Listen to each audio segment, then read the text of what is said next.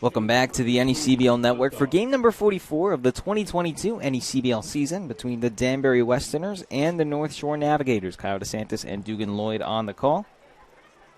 0-0 again the score as both the Navigators and Westerners go down in the first inning without any real trouble. Now the second time that the Navigators come to the plate, it will be 5, 6, and 7. Nathan Blasek, Jake McElroy, and Charlie Taylor. Against the lefty Jude Zern. And the first pitch is in the dirt. 1-0.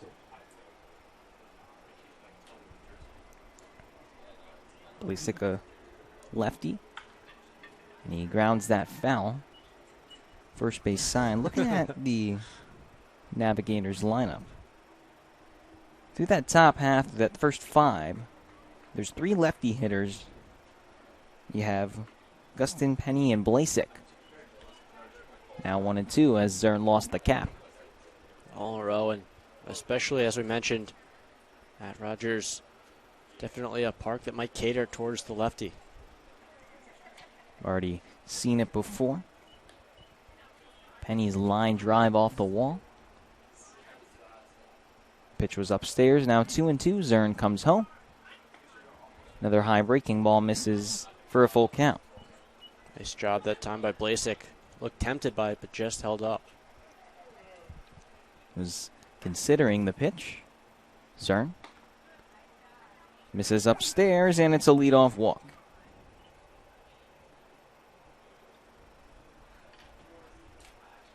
Up to that, center fielder number 2 from the College of the Holy Cross, Jake McElroy.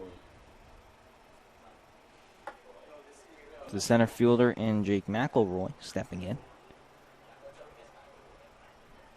Leadoff runner at first, and Nathan Blasek, who worked a walk against Jude Zern. Zern looks to first now where Blasek stays. Fires. Called strike on the upper part of the plate, 0-1.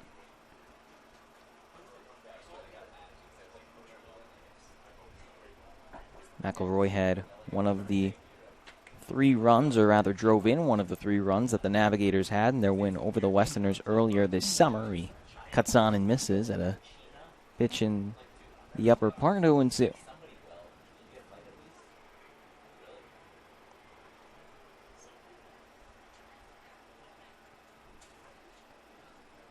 Zern looks to first once more. Comes home with it. Grounder left side. Romano picks it and goes to Taylor for 1. Throw on to Thomas. 6-4-3. Twin killing. That was a good job just catching McElroy, a very, very fast base runner. Efficient work with the glove, and now the base is clear. Able to scoop it out with the glove after the hop in the dirt. Again, over to Taylor before Taylor brings it to Thomas. Charlie Taylor steps in from the righty side of the batter's box. The lefty Zern comes home. Called strike at the knees, 0-1.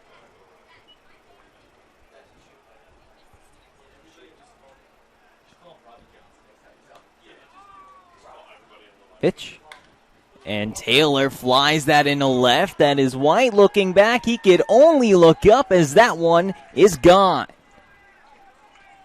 A rocket off the bat of Charlie Taylor. Coming to play in that designated hitter role today.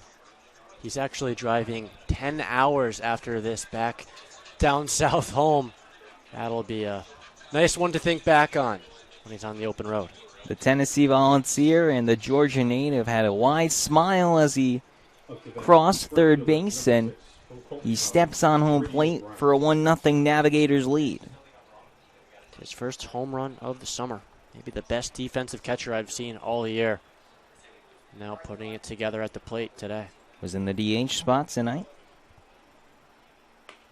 Cut on and missed there by the right fielder in Brady O'Brien, 0-1.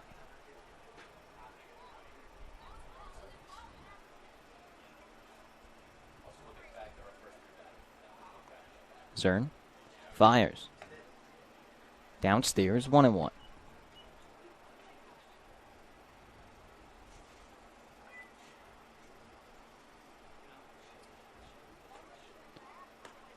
Breaking ball called strike 1-2. And if O'Brien does get on the base paths, he has had some steals in recent memory. He has 3, all coming within the past week.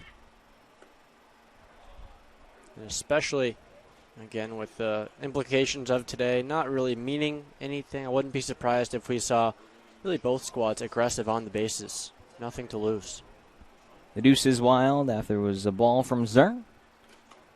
And now it's a full count as the fastball misses away. Interesting to watch Zern here. 2 innings, this is max on the season, and as he climbs up there and pitches with less experience, it'll be telling. Is O'Brien working the walk with 2 outs after the Taylor home run.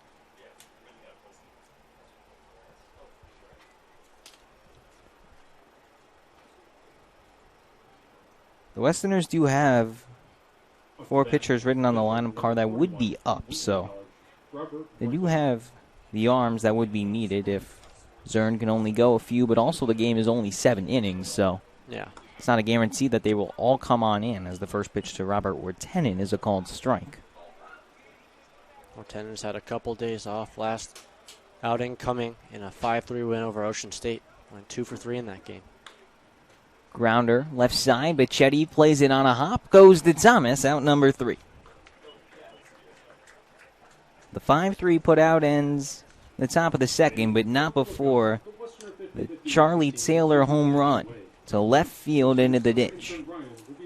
1 run comes home on 1 hit with no errors and a runner left on for the Navigators. They lead 1-0 as we head into the bottom of the second here on the NECBL Network.